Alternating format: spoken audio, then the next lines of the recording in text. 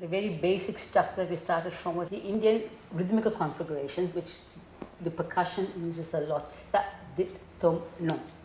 And out of that, they built up. So I repeated this to Ian. So it goes tam, tarikita, tarikita, tarikita, ta, dit, tarikita, tarikita, tarikita, ta, tarikita, dit, tarikita, tarikita, ta, dit, tarikita, tarikita, ta. And I was just going to say from that, I go, oh, okay. Yeah. So if we play that on the taiko, I go, don, don, don, don, don.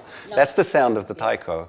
So when Anandavali sang that to me, I could immediately sing it back in our vocal language. Dim tarikita dit dim tarikita dit tarikita taka takun tarikita taka tom tarikita tom tom tarikita tom tarikita taka takun tarikita taka nom tarikita nom nom tarikita nom tarikita taka takun tarikita taka tam tam tarikita dim dim tarikita tom tom tarikita nom nom tarikita tam tarikita dim tarikita tom tarikita nom tarikita tarikita tom nom tarikita.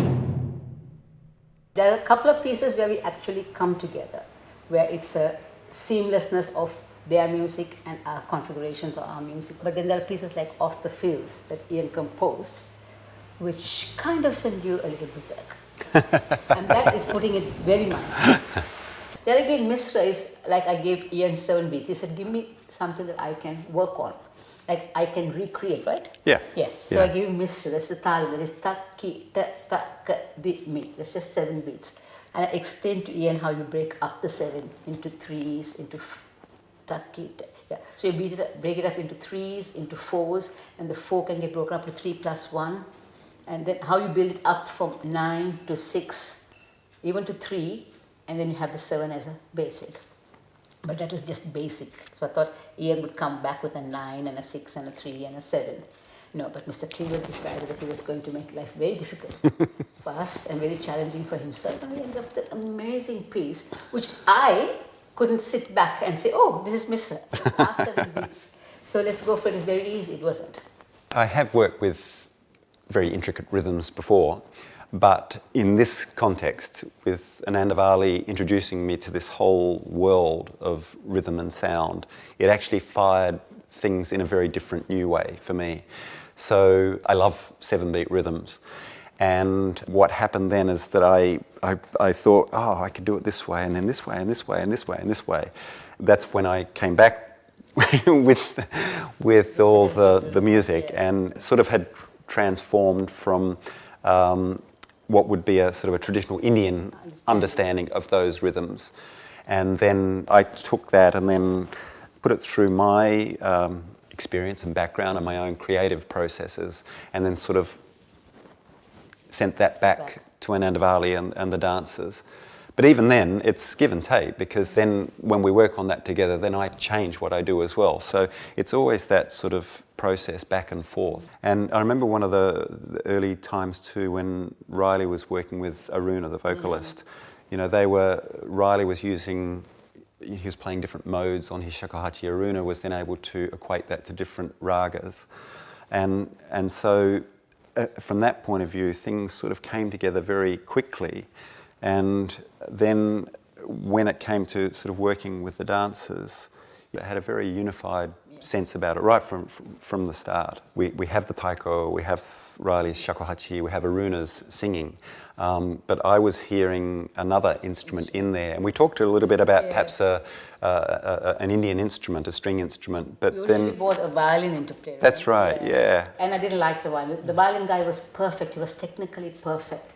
But that's the beauty of this relationship. And I stood next to him and said, it's like this. And he said, it's grainy. I said, so you don't say, no, Ian, it's like this. And he said, what about the cello? I said, that'll be perfect. Yeah. So that was the beauty of it, because I could sense if something I didn't like or I knew didn't work, and Ian instantly picked up on the same thing. I remember that very clearly, saying, it's like this, Ian, it's like this. And, it's not working for me. And he said, yeah, it's grainy. The first one, the initial creative development, as I said, Riley, Ian and I did a lot of work backstage, and that dealt with I think the bare fundamentals of the dancers and the drummers being able to, amalgamate, it's very difficult. It's really very, very difficult. For those rhythms, even if you know the rhythms, like Tatit Tomnam is our language, but once the drums start, your brain doesn't work. It just goes, off. Almost from day one, there was this immediate camaraderie between the two companies. There was this give and take, and let's see this works, let's see that works, and that joy, I think, is what made the creative development that interesting, challenging, and it just, even though we were exhausted and brain dead, I was, it still left you with a smile on your face at the end of the day because it challenged you constantly. When you get challenged, you really deliver good work. When you sit back and you don't know what's happening, then it's kind of in a comfort zone. And then that oomph of wanting to create something outside the box is not there. So this latest incarnation of Udaka is really important because the 2014 Sydney Festival premiere was wonderful. It was a great experience and so on. Even then, we knew it wasn't the full realisation of the work. How we conceived it back in 2011, 2012, we knew that it was capable of much more, exactly, and it just takes time. I think for us, especially for the dancers, everything is stories. Everything in the Indian dance vocabulary is based on epics, myths, scripts, folklore. And what these sets and lights do is bring some of those stories, almost invisibly into the space. I mean, they're very visible, but there is, an aspect of it that questions it, makes you think.